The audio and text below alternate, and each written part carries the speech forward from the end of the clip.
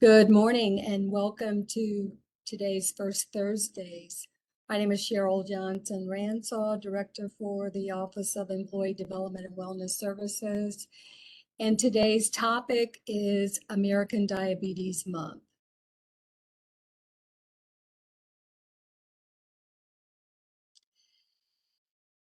Today we will discuss a number of items related to American Diabetes Month, which is observed annually in November. And this is a great time to share some information on the background on diabetes, which has become an epidemic in the United States. We will cover the goals of the National Diabetes Prevention Program and explain all of the details surrounding the structure of this year-long program that our office provides.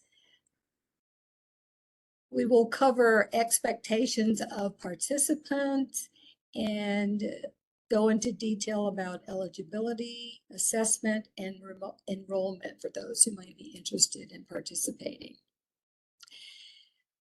Everyone will be placed on mute. This session is recorded, but if you have any questions or concerns, please feel free to enter those in the chat box, which will be monitored. And there will be opportunities for you to respond to questions and participate in some of the activities as well.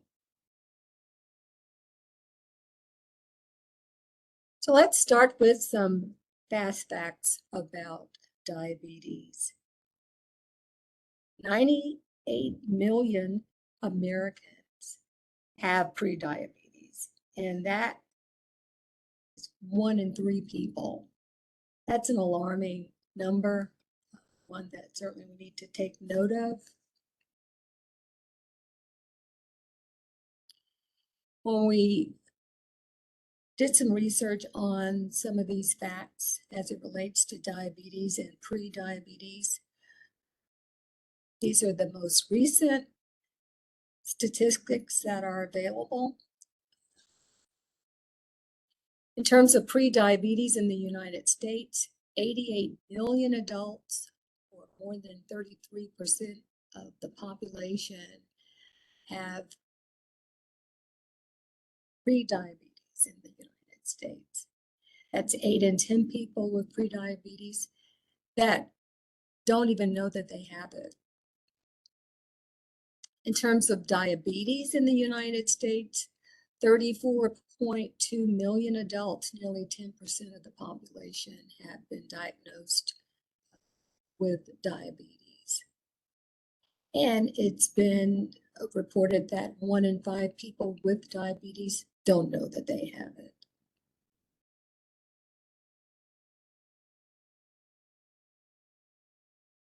This slide illustrates a lot of research data that's been collected over a number of years dating back as early as 1994, targeting the age-adjusted prevalence of obesity and diagnosed diabetes among U.S. adults.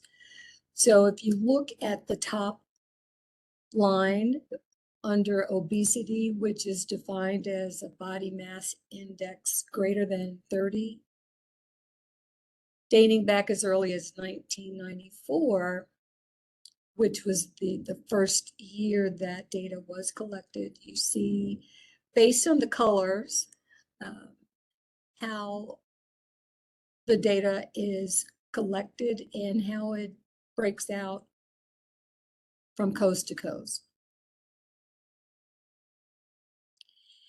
And if you note that the reported figure in 1994 was 14%, less than 14% people that fell into the category of obesity. Moving on to the year 2000, you see the numbers are changing, that the numbers are increasing in terms of people being identified as developing some characteristics that are moving toward the obesity factor. And then in 2015, which is the last reported data that's been collected, you see that the number has increased even more so, and reportedly 26% of the population falls within that category of increased BMI.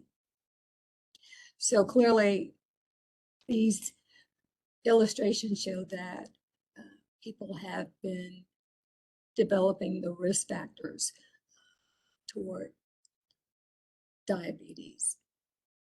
And then the bottom line illustrates actual research done on diabetes starting back in 1994. Again, the baseline indicating that there's limited data that was collected, but the numbers are low, less than 4.5%, starting in 1994. Moving on to the year 2000, the numbers are increasing in terms of percentages in the breakout again from coast to coast, showing numbers ranging from 4.5 to 5.9 and 6.0 to 7.4% diagnosed with diabetes. And then the last illustration in 2015 shows an even greater number,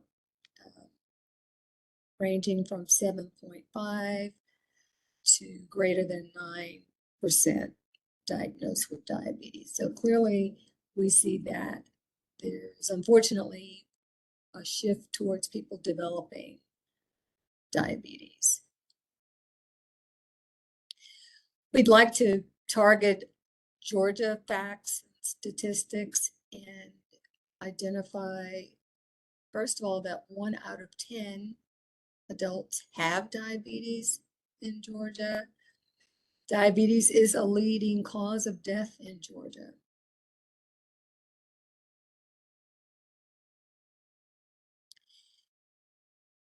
At this time, we want to invite those of you who might be interested in determining whether or not you are at risk for prediabetes, if that's something that you've not been evaluated for previously. This is strictly voluntary and something that you may do in the privacy of your own space, and you don't have to share this information with anyone.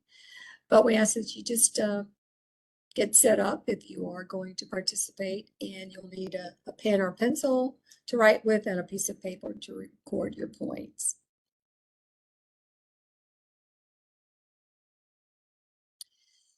So the first question is, how old are you? And if you see the breakout in terms of the categories of ages, starting with A, younger than 40 years, you fall into that category, give yourself 0 points. B, 40 to 49 years, give yourself 1 point. C, 50 to 59 years, 2 points. And D, 60 years or older, if you apply, just give yourself 3 points. Next question, are you a man or a woman?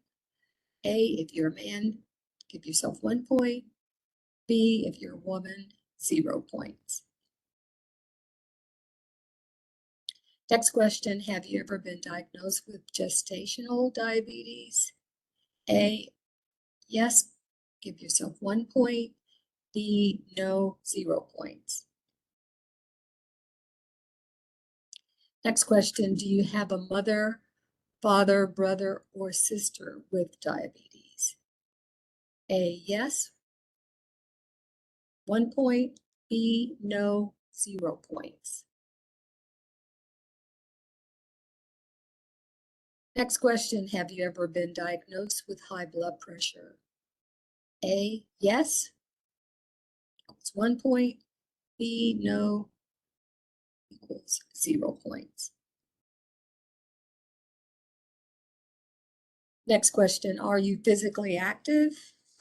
Yes, 0 points. No, 1 point.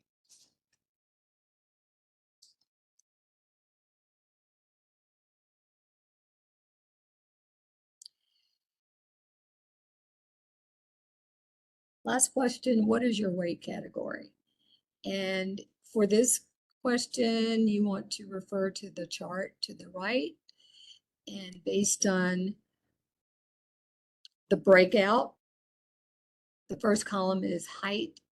Just look for the line that identifies your height, and then move to the next columns, which breaks out the weight.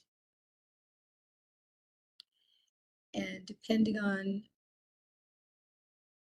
where you fall, if you are in the first column underweight, give yourself 1 point. The second column, give yourself 2 points. And the third column, give yourself 3 points. Just take a couple minutes for you to calculate this question and then move to the next step, which is to just add up your points to get your risk score. And again, just note that we're not asking for you to provide your answers or score.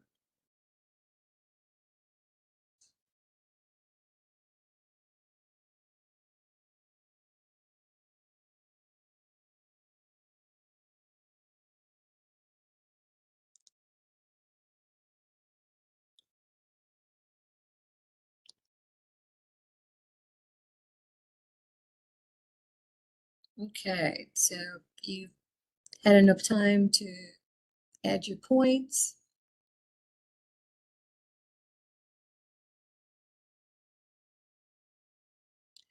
So based on this pre-diabetes risk test, please note that a score of 5 or higher indicates an increased risk for pre-diabetes and a high risk for diabetes.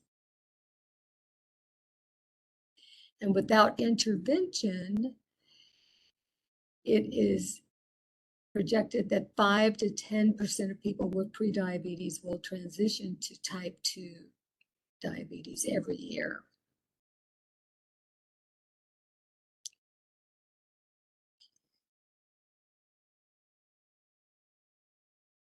So clearly there is a concern about potentially what may happen if people are at risk and don't take any action in the way of prevention or early intervention. Now we want to move into the segment to talk about diabetes prevention.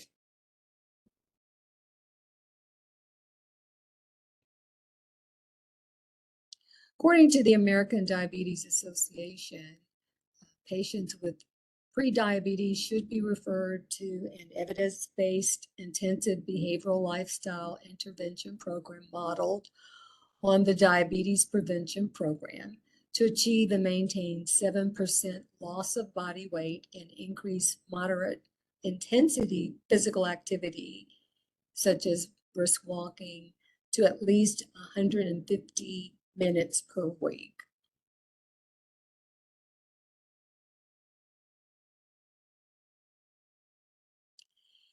This conclusion was determined based on a very lengthy study that was conducted, spearheaded by the Centers for Disease Control, which has developed this diabetes prevention program. So starting with the study,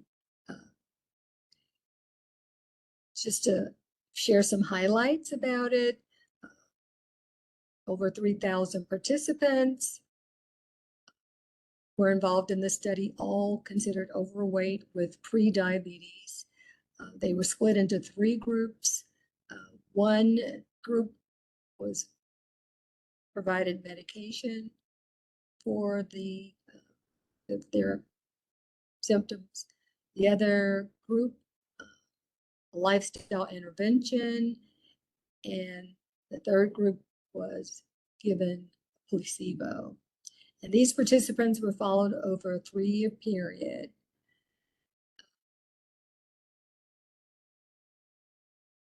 The study results were very interesting in terms of the reduction in risk of diabetes. So the group that was given medication, they were considered 31% less risk.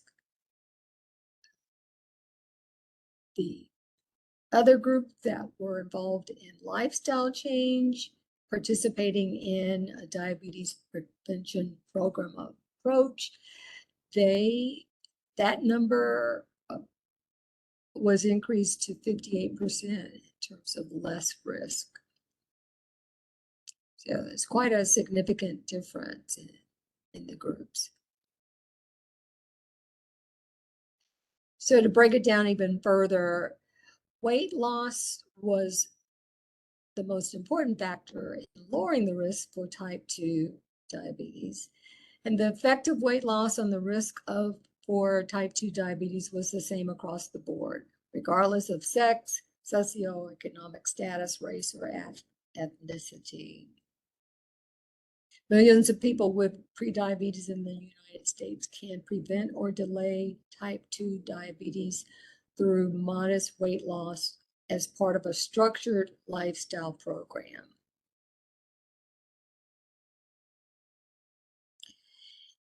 This brings us to the National Diabetes Prevention Program, which has been developed by the Centers for Disease Control, and it is offered now from coast to coast. And we'll just play this video to kick us off. Imagine yourself 1 year from now. You've tackled your prediabetes. You're eating well, staying active, and reducing stress. You've even made friends, all because you took charge of your health and lowered your risk for type 2 diabetes. It's possible when you join CDC's National Diabetes Prevention Program. Coaches help you with real-life solutions. This could be you. It can all start today. Find an online or in-person program. Visit cdc.gov/prevent-type-2.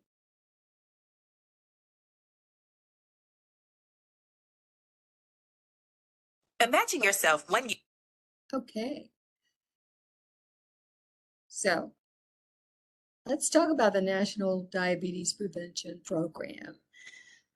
First of all, it's really critical that we underscore the importance of clarifying that this program is considered a lifestyle change program and it is not a diet. The program involves participants attending for 1 year. And that breaks down to 16 sessions in the first 6 months and 6 sessions in the second 6 months. So clearly there's a commitment factor for anyone who might want to enroll in the program. The program is facilitated by trained lifestyle coaches, and it follows an approved curriculum, again, based on the CDC. And the goals of the program are to lose 5 to 7% of body weight and increase activity, physical activity, to 150 minutes per week.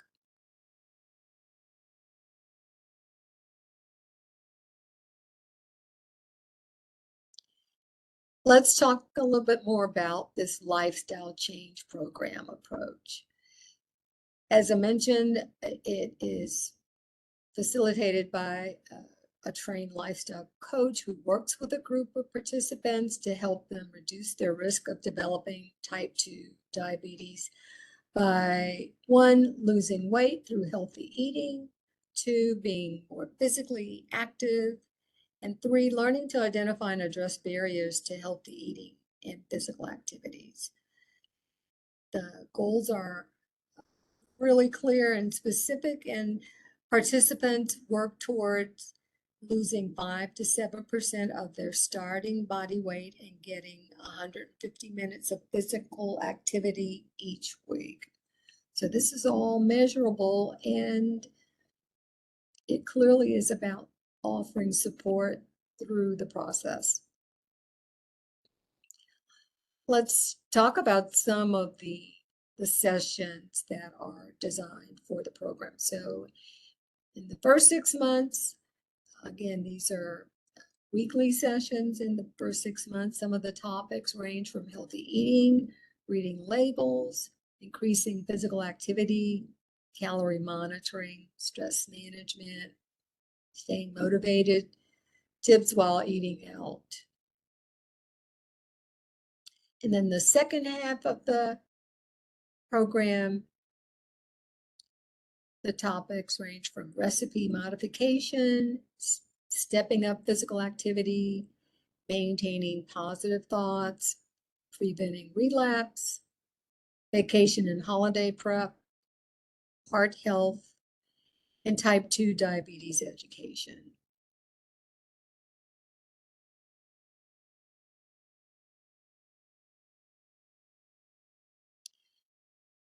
In terms of participant eligibility, currently, as I mentioned, Georgia State is targeted as one of several USG institutions offering the diabetes prevention program to faculty and staff. On our campus at Georgia State, we have provided 4 cohorts in the last 4 years and hoping to gear up for another 5th cohort.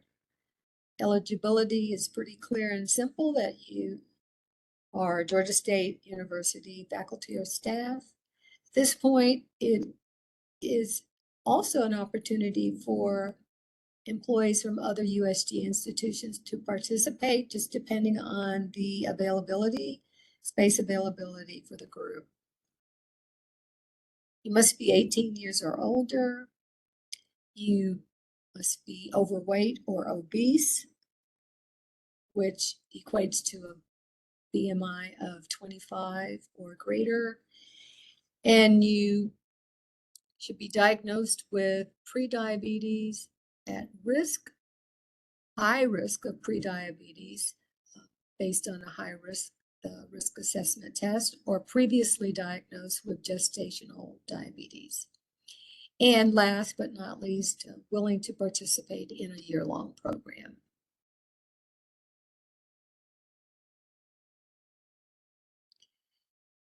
We'd like to just share more about participant expectations. Again, clearly, it's a commitment, and we are making this information available and inviting people to consider participating if you meet the eligibility requirements. It's all about providing support, and there's some benefit to offering a group approach where you have a chance to get to know others who obviously have similar goals and challenges. And so there's the chance to develop those relationships that can be positive and encouraging and supportive as well. There's a regular emphasis on carrying out the specific goals that are designed, including needing to weigh in on a weekly basis. But note that all of the information that is collected and provided is confidential. You need not worry about what happens to information that is given. Remember, there's a positive relationship between the number of sessions attended and success in meeting exercise and weight loss goals. So we really do believe that, based on what has been shown by the programs that have been conducted, that there are positive outcomes, that people can achieve success by participating in the program.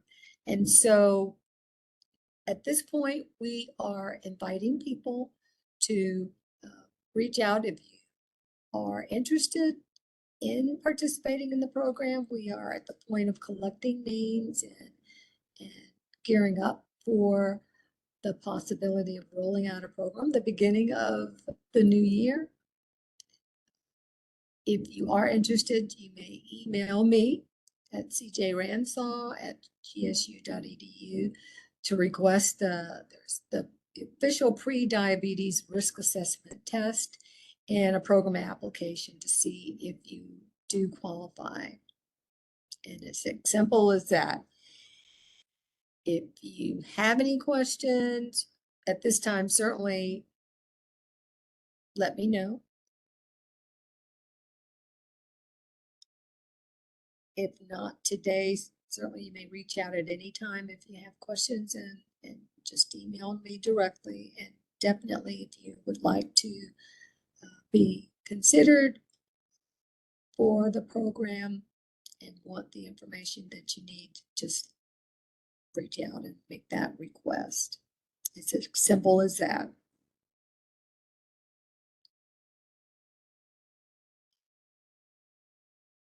I will give everyone an opportunity to consider any last comments or questions before we wrap up.